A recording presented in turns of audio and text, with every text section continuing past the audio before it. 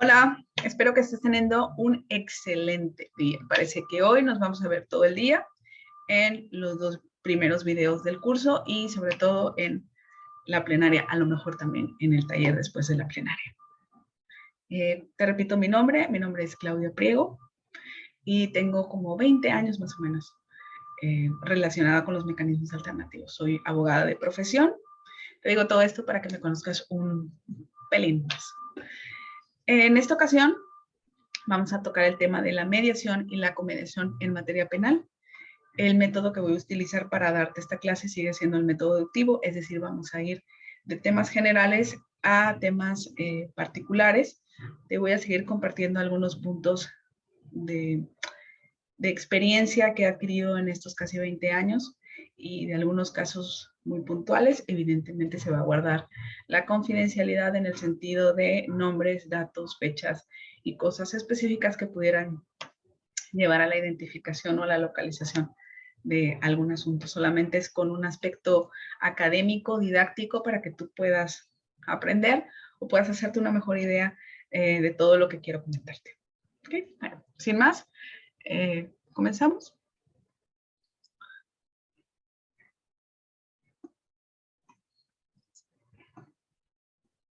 Parece que mi computadora tiene un pequeñito problema con compartir, pero ya estamos. Y bueno, como te decía, el tema es la mediación y la comediación en materia penal. Si ya viste el video anterior, ya tienes la definición de mediación, que básicamente es un mecanismo alternativo por el cual los intervinientes, en libre ejercicio de su autonomía, pues proponen y construyen alternativas de solución a su conflicto. Ahora bien, ¿qué es la comediación? Bueno, la comediación es básicamente eso mismo, sigue siendo un mecanismo alternativo, sigue siendo libre en cuanto a la autonomía de las partes, sigue sirviendo para que las partes trabajen en la formulación de algunas propuestas de solución al conflicto y también el facilitador lo único que va a procurar dentro de la comediación es obviamente facilitar la comunicación y ayudar a las partes a que puedan concretar alguna solución posible a su conflicto. ¿Sí? Básicamente la comediación es este mecanismo de mediación, pero llevado a efecto por dos facilitadores o por dos expertos en solución de conflictos. Teniendo claro esto, bueno, entonces vamos a ver cuáles son algunas de las ventajas, ¿sí?, de la comediación. Antes de entrar a esto, me gustaría así decirte que, por ejemplo, la Ley Nacional de Mecanismos Alternativos todo el rato se refiere únicamente a un facilitador, no hay como tal la comediación, pero pues nada lo prohíbe, sobre todo porque tiene ciertas ventajas que pueden ayudar en muchos casos a los casos donde donde se están resolviendo conflictos en materia penal. Y te explico por qué. Bueno, las ventajas de la comediación. La primera de estas puede ser que se logra un equilibrio. Básicamente, lo que buscamos es que haya más estabilidad en, en el proceso de mediación, ¿sí? Que no todo tenga que llevarse a cabo por un solo facilitador, sino que haya dos y que le pongan más estabilidad a cómo se está llevando a efecto este proceso. Es decir, no va a haber un solo responsable, van a haber dos responsables. Y eso me lleva a la segunda ventaja, que la comediación es un espacio para perspectivas más amplias y diferentes puntos de vista. Es decir, si estamos dos personas facilitando un proceso de mediación, pues somos dos personas que pensamos diferente, que tenemos diferentes perspectivas, puntos de vista, antecedentes en nuestras propias vidas, Y obviamente eso nos permite tener una percepción del conflicto diferente. Acuérdense que los facilitadores no estamos peleados con el hecho de ser diferentes, ¿sí? Los facilitadores también estamos, se supone, entrenados para tener conversaciones difíciles, ¿no? Y para afrontar algún escollo que haya dentro de la mediación. Si estamos trabajando en equipo, en colaboración, en comediación, una perspectiva diferente, un punto de vista diferente, una perspectiva más amplia de mi compañero no debe representar un problema. Al contrario, esa perspectiva o ese punto de vista más amplio, algo que a mí no se me ocurrió, es precisamente eso que va a enriquecer lo que ambos estamos haciendo. Es precisamente eso que va a traer un tesoro, una perla que yo no pude verla y que nos va a ayudar a gestionar de mejor manera ese proceso de mediación. Entonces, no tengámosle miedo a que lo voy a hacer con mi compañero, pero mi compañero piensa distinto a mí, ¿sí? Porque ese pensar diferente o esa manera de resolver los conflictos de forma diferente puede enriquecernos. Acuérdense que nosotros no le tenemos miedo a las diferencias porque trabajando en equipo entendemos que de tu pensamiento y de mi pensamiento, que son diferentes, podemos construir una solución creativa. ¿Sí? Para los mediadores también puede ser un apoyo el hecho de que lo haga en comediación, sobre todo cuando estamos empezando. Nos podemos hacer acompañar, pues no sé, de un facilitador que tenga un poco más de experiencia que nosotros, de quien muy seguramente vamos a aprender técnicas, cosas, herramientas, vamos a ir viendo qué cosa no se me ocurrió a mí, qué cosa sí se le ocurrió a él. Y para los inicios puede ser un apoyo bastante importante. También yo, por ejemplo, en mi calidad de directora de un órgano especializado, también he utilizado la comediación cuando hay mediadores que acaban de pasar, no sé, por un duelo, por el fallecimiento de algún familiar, por algún divorcio, por alguna enfermedad, ¿sí?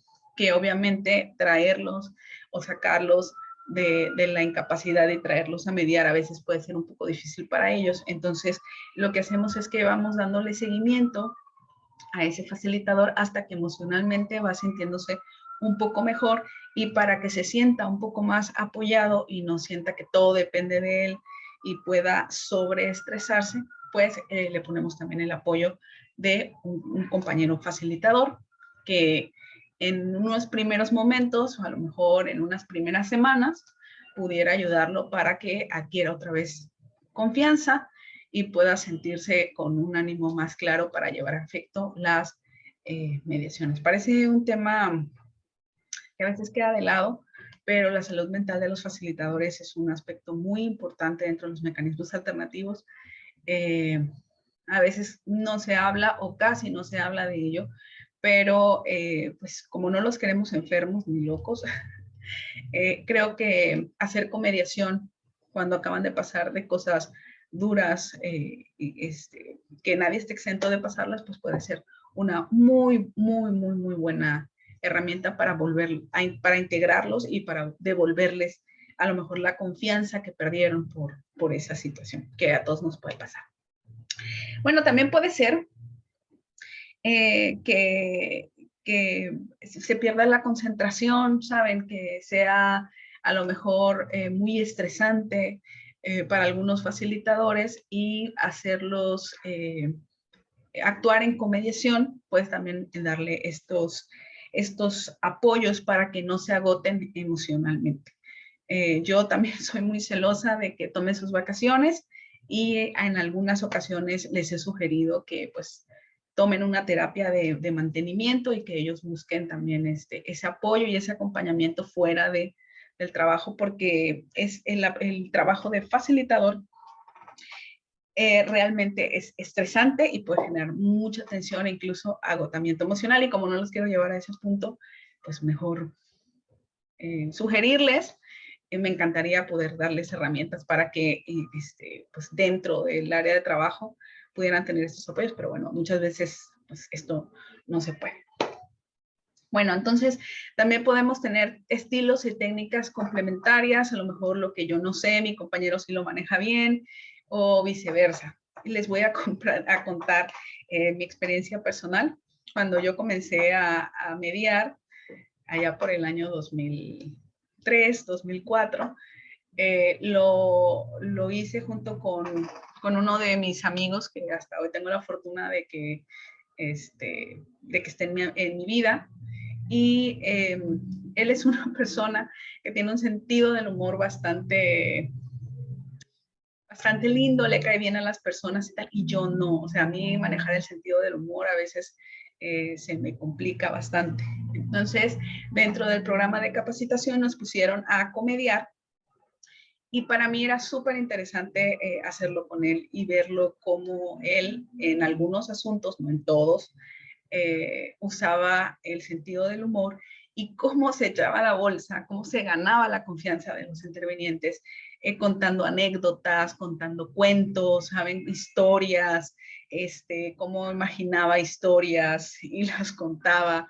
Y yo decía, es que si yo hago eso, las personas se van a molestar, o sea, ni siquiera van a encontrar el chiste porque no es mi personalidad. Y entonces eso enriquece mucho el proceso de mediación, ¿saben? Y relaja también mucho a las partes porque podemos hacer uso de nuestras cualidades personales y llevarlas a la mediación para poder ayudar a solucionar ese conflicto. Cada vez que yo he enseñado a personas a mediar o a facilitar en materia penal, siempre les digo, no lo tienes que hacer como yo, tienes que aprender a conocerte y tienes que saber cuáles son tus cualidades personales y usarlas. Yo te puedo enseñar herramientas, técnicas, un modelo, pero es como muy general y tú lo vas a ir haciendo súper particular a medida que pues te vas desenvolviendo como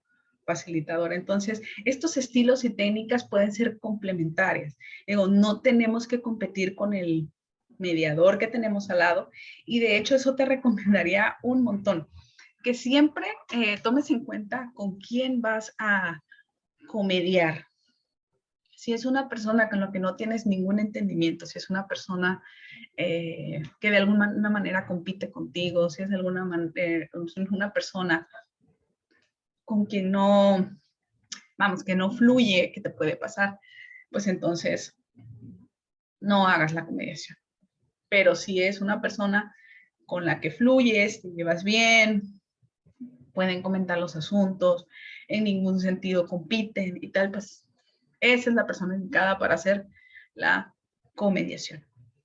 Luego también la comediación nos puede servir para tener equilibrios cuando hay asuntos de género o con algún tinte cultural. ¿Sí? A lo mejor si estamos mediando algún asunto donde hay alguna pareja y hay algún tema de género ahí, a lo mejor podemos compensarlo siendo yo facilitadora con un compañero facilitador. Y podemos lograr a lo mejor algún equilibrio, pero todo siempre es con miras a mejorar la experiencia dentro de la mediación para los mediados, ¿sí? Y lo mismo en algún tema, pues en algún tema cultural, ¿no?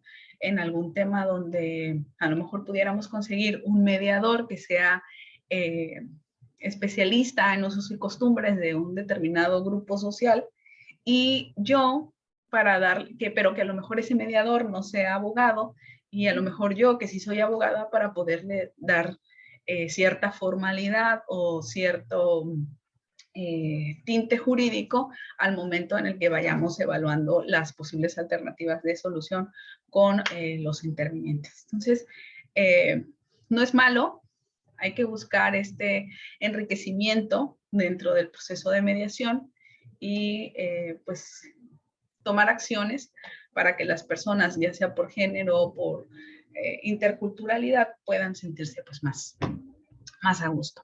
¿Sí? Y también sirve para mantener la calidad. Y este es un aspecto que pues a lo mejor a los directores sí nos interesa bastante, en el sentido de que muchas veces no podemos supervisar a todos los facilitadores.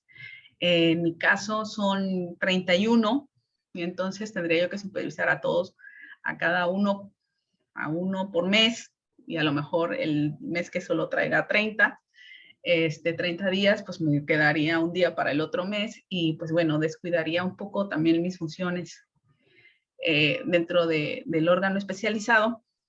Y les digo, a veces es un poco complicado tener esta supervisión, que fuera, no sé, regular, pero cuando hacemos comediación pasa lo siguiente.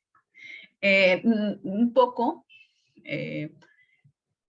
vemos que el cumplimiento de ciertos aspectos que tenemos que cuidar dentro de la mediación se cumplan estando acompañados de otra persona. No nos podemos saltar pasos y tenemos que cuidar mucho la calidad de lo que hacemos, cómo lo hacemos y trabajar en equipo pues con esa otra persona. Así que puede ser puede ser una herramienta que sirva para mantener la calidad. Sobre todo que lo que a mí no se me ocurra, se le va a ocurrir a la otra persona. Les digo, podemos enriquecer muchísimo, muchísimo todo lo que se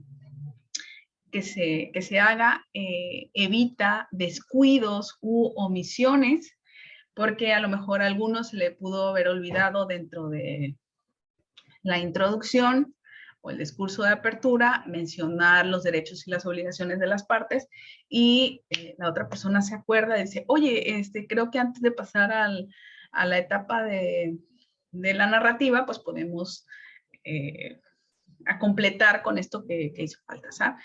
Entonces, se mejora en ese sentido porque se pueden evitar descuidos y omisiones. Nadie puede salirse de su papel ni de sus obligaciones, y además hay un proceso de aprendizaje bastante importante. Entonces, se supone que cada vez que salimos de una comediación, yo puedo aprender o estoy en la posibilidad de aprender de mi compañero cómo lo hizo. Y aquí sí me gustaría comentarte que en muchas ocasiones, cuando he sido evaluadora de los concursos de mecanismos alternativos que organiza Abarroli, la verdad es que aprendo muchísimo de escuchar las retroalimentaciones de mis compañeros que acaban de ver el mismo ejercicio que yo, que lo acaban de evaluar, y de repente sueltan una perla y dicen, no, pues yo lo hubiera hecho así, y yo digo, eso nunca se me hubiera ocurrido a mí. Entonces es súper interesante hacerlo con otra persona siempre y cuando tengamos pues esa humildad para reconocer que no lo sabemos todo y que siempre, siempre, siempre vamos a poder aprender algo. Y bueno, hasta aquí el tema de la comediación y el tema de por qué es importante, ¿sabes? Es importante, de verdad yo te reto a que lo hagas, a que lo pruebes. A lo mejor en este curso, no sé cuáles vayan a ser las actividades que vayan a planear mis compañeros, pero sí, si algún día tú quieres hacer un simulacro presencial o algo así, la verdad es que sería muy interesante que lo hicieras junto con otra persona que también haya tomado el curso, que puedan co-mediar algún asunto y que tú pruebes la experiencia de él. La verdad es que al principio es una muy buena herramienta mientras agarras como tablas, como decimos nosotros. Bueno, pasemos al perfil de la persona facilitadora. Y aquí me da un poco de risa, encontré esa imagen y dije, sí, lo tengo que poner para las diapositivas del curso en cuanto a la persona facilitadora, porque es muy curioso todos los requisitos que se nos piden, a veces hasta incluso más que para ser juez de control, pero es bueno, yo creo que es bueno. Yo soy una persona que siempre ha estado en pro de la capacitación, del estudio, de generar conocimiento, y bueno, quien esté dispuesto a pasar por el proceso de certificación para llegar a ser una persona facilitadora, la verdad es que sí lo aplaudo y se lo celebro. No es fácil, y pues también la Constitución nos dice que tenemos que cambiar muchos paradigmas, ¿no? Y eso ocasiona los mecanismos alternativos en nosotros. Nos ayuda a cambiar muchos paradigmas. Así que se lo recomiendo a cualquiera. Y bueno, el perfil de la persona facilitadora lo obtuve para esta clase de dos documentos que son de acceso público. Uno es el modelo homologado, que ya te expliqué qué es en la clase anterior. Es un documento que se elaboró por el Secretariado Ejecutivo del Sistema Nacional de Seguridad Pública y que tiene condiciones mínimas de funcionamiento respecto a los órganos especializados en mecanismos alternativos dentro de las fiscalías o procuradurías del país. Bueno, pues este modelo homologado, además de traer ese modelo de gestión, señala el perfil idóneo para ser una persona facilitadora. Y bueno, dentro de los requisitos menciona que debemos tener una licenciatura afín a las labores que debe desarrollar y estar certificado como facilitador. Entonces, en primer plano, debemos de ser licenciados en algo que esté afín con las labores que vamos a desarrollar. Les digo que en los casi 20 años que llevo metida en los mecanismos alternativos, me ha tocado ver que hay abogados que son muy buenos mediando, psicólogos que son excelentes, trabajadores sociales, sociólogos que son muy buenos, y algunos que son muy malos. Entonces, a veces el título por sí mismo no nos da como que el perfil, sí tenemos que tener un sistema de pensamiento o una forma de resolver los conflictos que se preste para ser una persona facilitadora, que aunque eso no te va a impedir que pases o que apruebes una certificación. Y de hecho, hace poco tuve dentro de del órgano especializado una persona que estaba haciendo sus prácticas y que él es ingeniero en software. Y entonces es súper interesante porque él demostró tener una sensibilidad y un perfil muy especial y muy acorde con el desarrollo de los mecanismos alternativos. Lástima, solamente estaba de paso. Y obviamente sí le hubiera implicado tener que aprender derecho y cosas relacionadas con el derecho penal, pero bueno, si tenía ganas de hacerlo, lo hubiera hecho. Entonces, el modelo homologado nos pide en principio que seamos licenciados. Y de ahí nos da una lista de habilidades que dice que la persona facilitadora debe de desarrollar. Por ejemplo, debe saber redactar convenios. Eso es muy importante porque al final de cuentas la labor de la mediación penal va a derivar en la redacción de un acuerdo reparatorio, ¿sí? Cuando las partes sí obviamente construyen propuestas que sean viables y aceptables para ellas. Entonces va a tener que redactar un acuerdo reparatorio y va a tener que aprender a redactar estas obligaciones que se desprenden del ilícito. Tiene que ser una persona asertiva. Entonces, una persona asertiva es alguien que sabe tener conversaciones difíciles, es alguien que sabe decir lo que tiene que decir cuando lo tiene que decir y en la manera en que lo tiene que decir. Y esta es una habilidad importante para los facilitadores.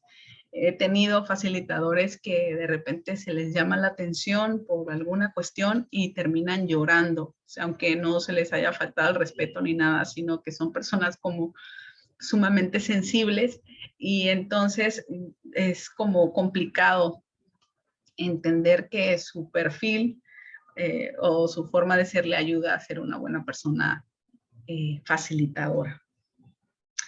Debe de tener actitud de servicio y sí, porque nosotros que trabajamos dentro de una institución de procuración de justicia,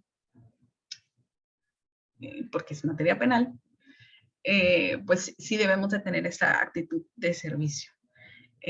Porque estamos atendiendo víctimas de un delito, ofendidos por la acción de otra persona, ¿sí? También estamos atendiendo personas que aparecen como responsables de un delito y pues aún a ellos hay que servirles, ¿no? Entonces hay que dar la mejor cara, hay que poner todas las ganas y todo el interés en lo que estamos haciendo.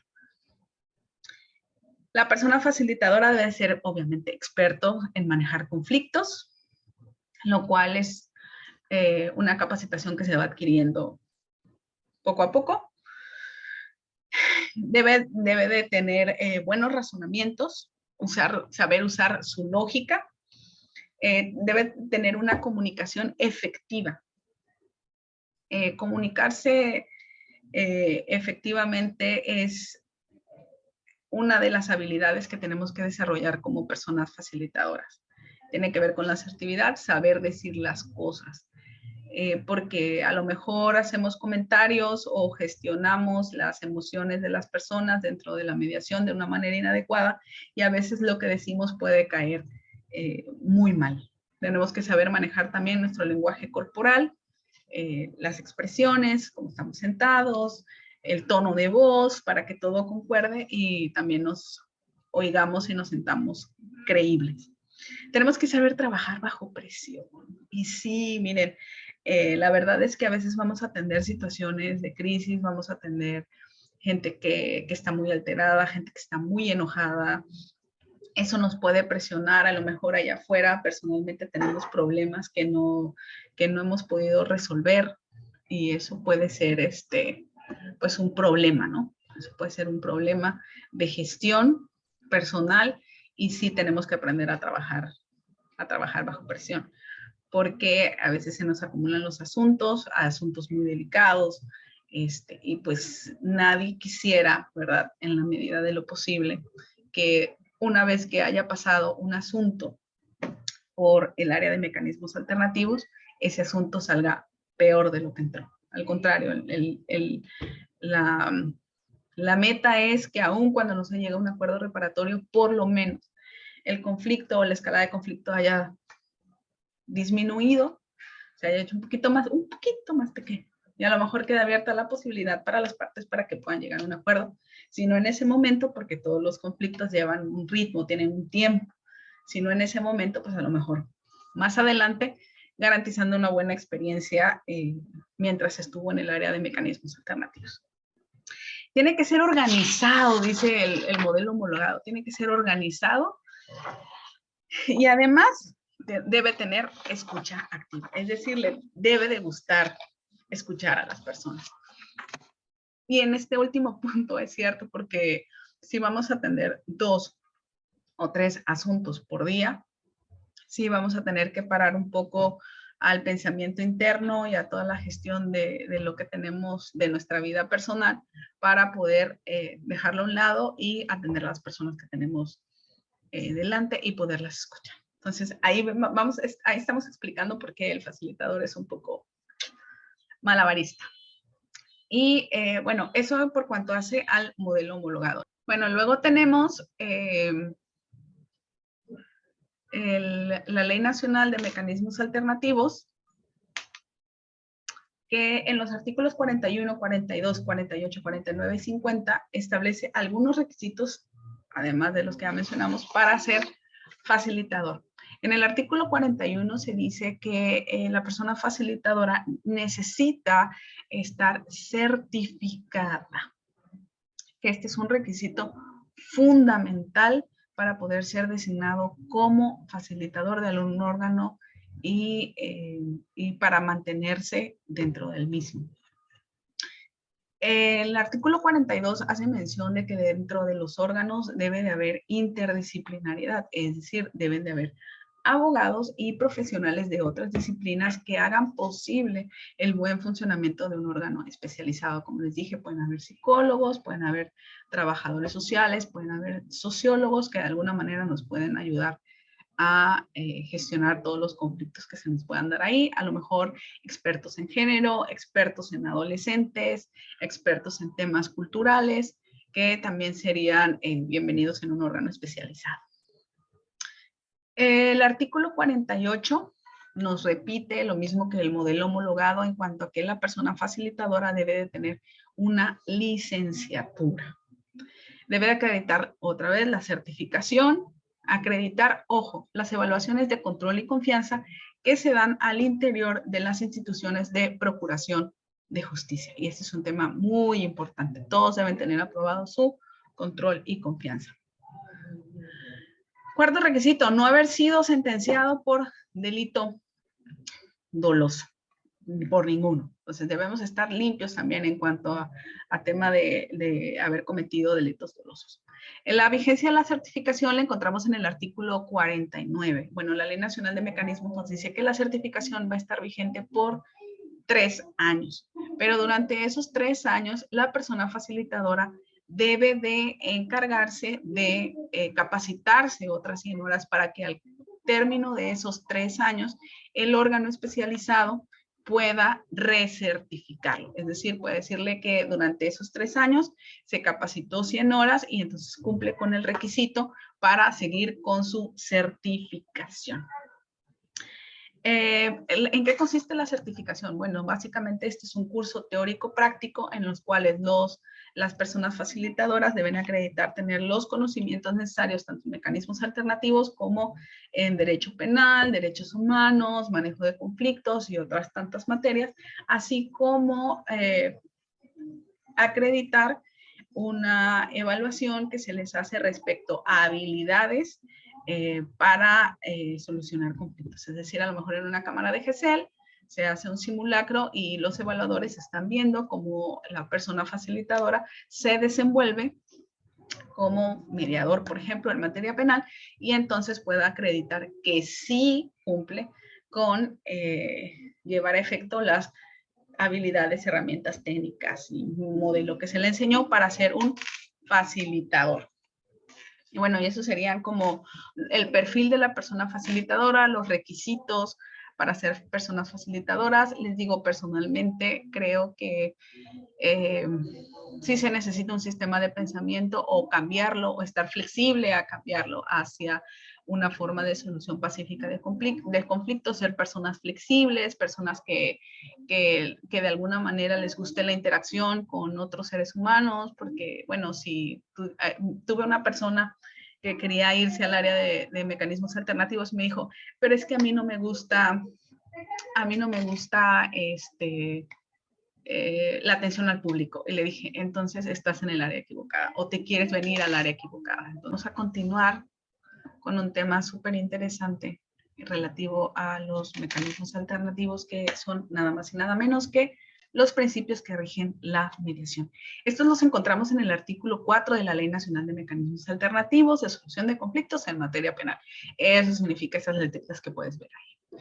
Y bueno, el primero de los principios se refiere a la voluntariedad. Es muy importante que nosotros como facilitadores verifiquemos que las personas que están participando en una mediación lo hacen porque desean hacerlo, porque como dice la definición respecto de la mediación, en libre ejercicio de la autonomía de la voluntad, están ahí, desean permanecer ahí, desean celebrar el acuerdo reparatorio, ¿saben? La voluntariedad es durante todo el proceso, desde que lo recibimos, de que voluntariamente acepte participar en la mediación, de que estamos en la sesión conjunta y de que voluntariamente acepte permanecer ahí, estar, participar, y que voluntariamente acepte firmar el acuerdo. Este es como uno de los principios pues que nos hace diferentes respecto a los procesos jurisdiccionales, porque en los procesos jurisdiccionales pues te manda a llamar un juez y entonces cada vez que te manda a llamar un juez vas a tener que atender el llamado del juez, porque si no te van a poner una multa que puede ser bastante cuantiosa en términos económicos. El otro principio, el siguiente principio es la confidencialidad. Todo facilitador tiene el deber de guardar el debido secreto, sigilo respecto de toda la información que está siendo tratada dentro de la mediación.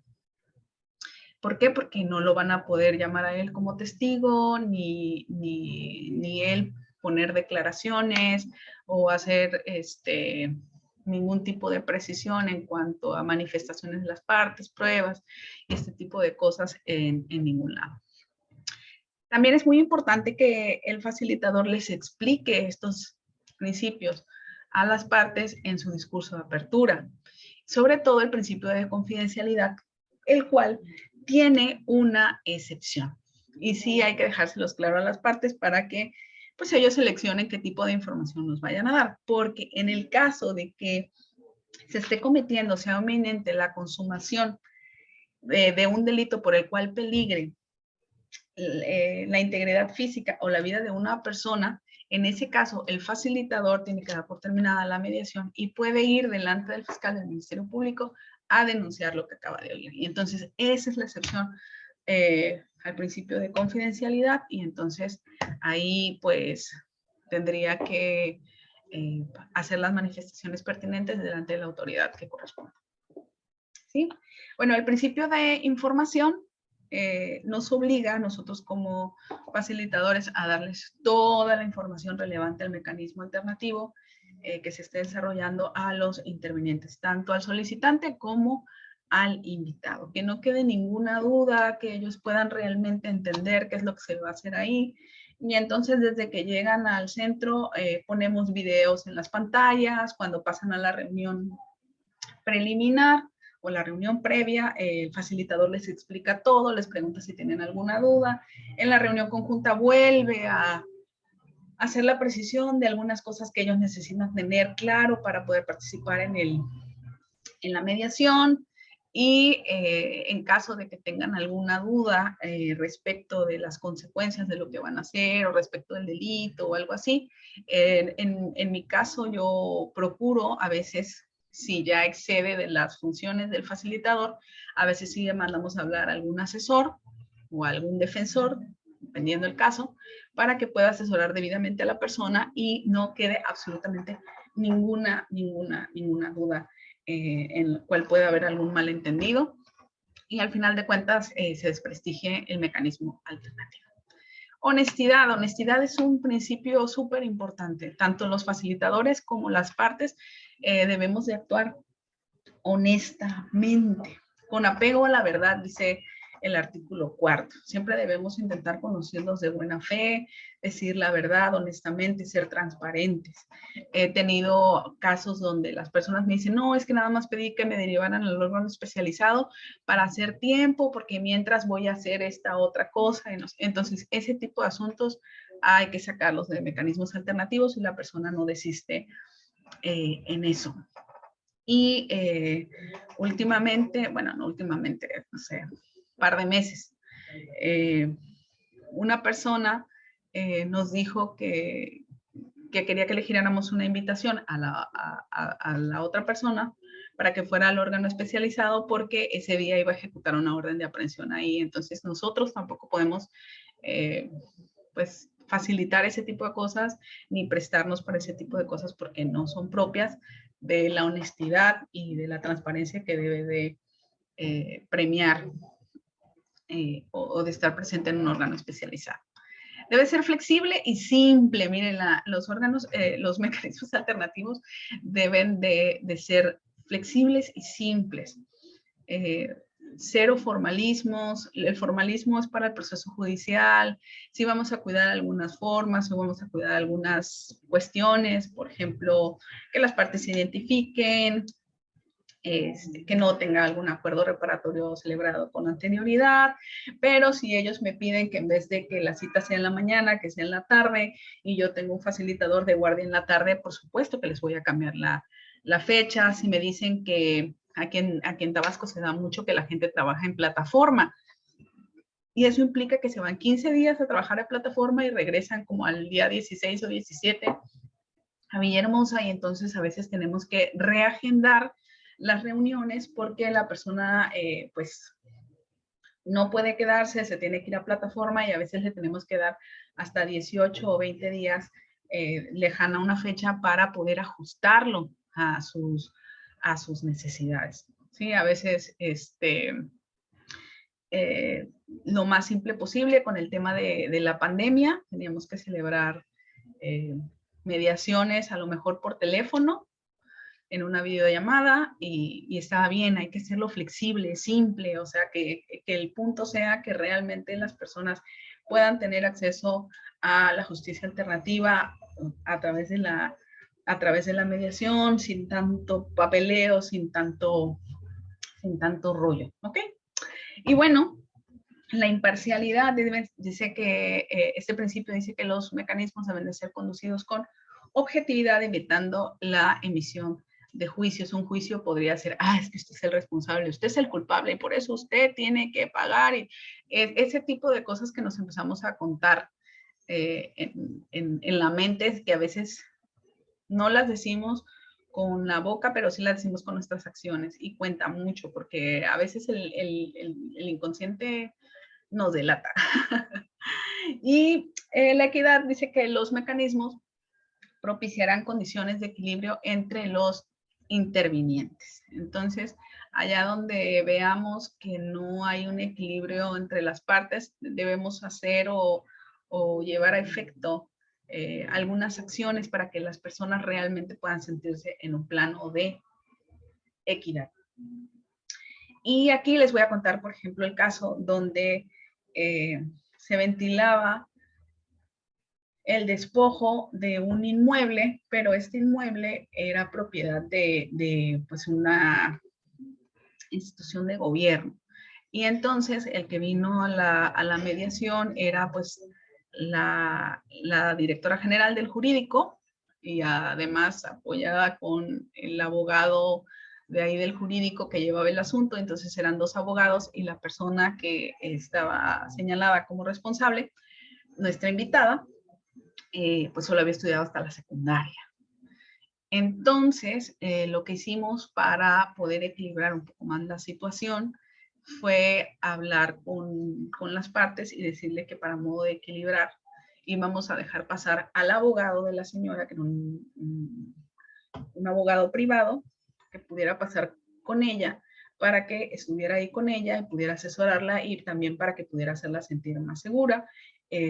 No iba a poder intervenir de forma directa, pero sí iba a poder estar escuchando todo, sobre todo porque los dos que tenía enfrente pues eran abogados y tenían todo el conocimiento legal respecto a lo que estaba pasando, y la señora yo no quería que se sintiera en desventaja. Nos sirvió de mucho. La verdad es que el abogado, que en un principio llegó así como renuente a la mediación, al escuchar todas las pláticas, asesoró a su cliente y la verdad es que llegaron a un muy buen arreglo y el asunto se solucionó relativamente rápido. Y pues todos muy complacidos, ¿no? Entonces a veces la equidad también nos va a llevar a ser como creativos, ¿sí? Y como que en el momento solucionar esas cosas que pueden originar desigualdad entre las partes y que no van a permitir que nosotros pues respetemos la equidad en un proceso de mediación. Entonces, son ideas, seguramente cuando se les presenten en algún caso a ustedes van a ser capaces de solucionarlo. Vuélvanse creativos, acuérdense que los principios nos ayudan también a solucionar cuestiones prácticas en la vida diaria dentro de la mediación penal. No son simples declaraciones bonitas, que ahí, que qué padre se oye, que la confidencialidad, que la buena fe. No, nos ayudan también, son parámetros legales, están en la norma, entonces nos ayudan también como parámetros legales para poder solucionar estos momentos. ¿Sí? Y bueno, luego vamos a pasar al siguiente tema, que es el mapeo del proceso de mediación.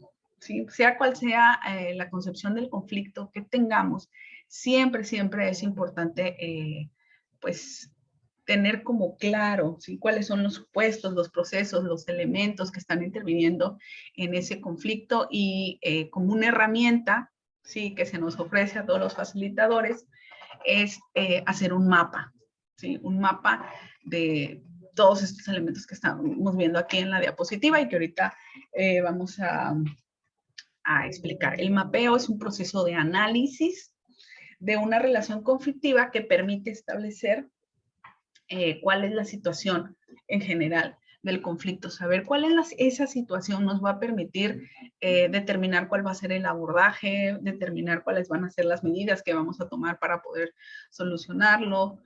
Muchas veces no tenemos claro quiénes están interviniendo y se nos pasa por alto y entonces sentimos que algo nos pasa y lo tenemos desordenado. Entonces el mapeo del proceso nos puede dar ese orden, esa estructura, porque los facilitadores tenemos que estar pendientes de un montón de cosas cuando estamos facilitando un proceso. Entonces, para poder también relajar la mente, es importante que tengamos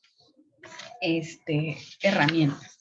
Este mapeo se construye a través de un montón de reflexiones. Estamos haciendo escucha activa, estamos, pues eso, escuchando a las partes y tomando notas. Entonces, haz que tus notas valgan la pena, haz que te lleven, que te ayuden, que te impulsen a hacer una mejor gestión del proceso de mediación. Es un itinerario de intervención, este mapeo de mediación. Si estás haciendo comediación, a lo mejor uno puede hacer el mapa, ¿sí? Y luego lo pueden consensar y saber, bueno, esto es todo lo que tenemos, falta. Y entonces podemos tomar muchísimas mejores decisiones para saber cómo tratar los asuntos y poder ayudar a las partes. Ok, el primer elemento son los sujetos, es decir, ¿quién participa en el conflicto? Sí. Es importante tener determinado quién es el solicitante y quién es el invitado, y también saber que los conflictos se co-construyen, es decir, el conflicto no brotó así de la nada, ¿sí? No es generación espontánea. A veces yo miro feo, a veces el otro me saca la lengua, a veces yo ya le menté la madre y cuando vengo a ver el otro ya me golpeó. Entonces, hay una serie de acciones de sujetos que intervienen dentro del conflicto y hay que tenerlos claros. Es decir, hay que poder contestar la pregunta, ¿quién participa en el conflicto? Y a veces tenemos a las partes ahí, invitado y solicitante. Los tenemos ahí. Decimos, estos son. Pero luego cuando hablamos bien con el solicitante, también oímos cosas como, mi mamá me dijo, mi comadre me dijo, es que a mí mi abogado me dijo. Y entonces entendemos que también hay gente que, aunque directamente no está involucrada, sí está hablándole al oído a estos sujetos y que pueden ser una piedra muy importante para que ellos puedan tomar una decisión. ¿Sí? Los intereses y los objetivos, es decir, ¿qué quieren los sujetos y cómo pretenden conseguirlos? A veces queremos estabilidad económica, a veces queremos paz mental, a veces queremos, no sé, que nos resarzan los daños. Y el tema también es saber cómo la gente quiere lograr esas cosas, ¿sí? Cómo la gente puede sentirse en paz y qué es lo que está haciendo para poder sentirse en paz. No sé, quiere un lugar donde vivir y qué es lo que está haciendo por obtener ese lugar donde vivir. A eso se refiere con intereses y con los objetivos. El poder, para distinguir quién tiene poder, es necesario poder contestar la pregunta: ¿de qué recursos disponen los sujetos para conseguir sus intereses? Es decir, a lo mejor tengo una persona que económicamente está mejor que la otra y ese es un tema de poder. A lo mejor también tengo una persona que está mejor relacionada que la otra y todo lo está haciendo a base de relaciones, como le decimos comúnmente. Y entonces ese tipo de cuestiones tenemos que poder analizarlas dentro del conflicto. A lo mejor uno es el hijo consentido de la abuela y entonces está agarrando de eso para ocasionar un conflicto. La conciencia, para poder determinar esto, es quién es reconocido como interlocutor dentro del conflicto. Es decir, qué sujetos hay por ahí, quién habla, quién dice, quién está por ahí, ¿sabe? ¿Quién es otro interlocutor? Cuando yo mediaba asuntos de pensión alimenticia, la verdad es que siempre me decían, es que a mi prima sí le dieron el 90% de pensión alimenticia. Yo por eso vine a reclamar el 90% porque además tengo un hijo más. Y entonces ahí había que decirle a la gente que pues, que a lo mejor el caso de la prima era otro caso, que no lo podríamos tanto como que decir, pues todos 90% de pensión alimenticia, ¿no? Y hay que tener conciencia de quiénes son todos estos interlocutores, toda esta gente que está hablando alrededor. Los marcos de referencia son todos estos prejuicios, paradigmas, todos estos supuestos que están también originando un conflicto. Por ejemplo, el tema de el incumplimiento de las obligaciones familiares es no te quiero dar la pensión porque cosas que he escuchado, no te voy a dar la pensión porque vi en tus historias de Instagram que te compraste una bolsa de, no sé, de marca. Y yo creo que la pensión alimenticia la estás ocupando para eso, ¿no? Entonces, son todo este tipo de supuestos y prejuicios, ¿no? De que las mujeres mal administran la pensión, de que a lo mejor la mamá de los niños está utilizando mal el dinero, o que si ya tiene novio es porque se va a llevar al novio a comer a un determinado lugar, y todo ese tipo de cosas que son marcos de referencia para que la gente pues esté escalando el conflicto. Las emociones. ¿Qué papel tienen las emociones en este conflicto? Entonces tengo que saber cómo se sienten las partes, qué detona esa emoción, ayudarlos a gestionarlos, ¿sí? Tener claro cuáles son las emociones que están alrededor de estos sujetos, ¿sí? A lo mejor la vergüenza, no sé, el dolor, la rabia, pueden ser tantas emociones y no darlas por supuestos, porque yo a lo mejor en la situación que me están contando las partes podría estar enojada, pero la persona que me lo está contando no está enojada, está deprimida. Entonces, sí es muy importante que tengamos claras las emociones, una para que ayudemos a gestionarlas dentro de la mediación, para que podamos hacerlas también, validarlas, por supuesto, y para que podamos entender mejor cómo se está desarrollando este conflicto.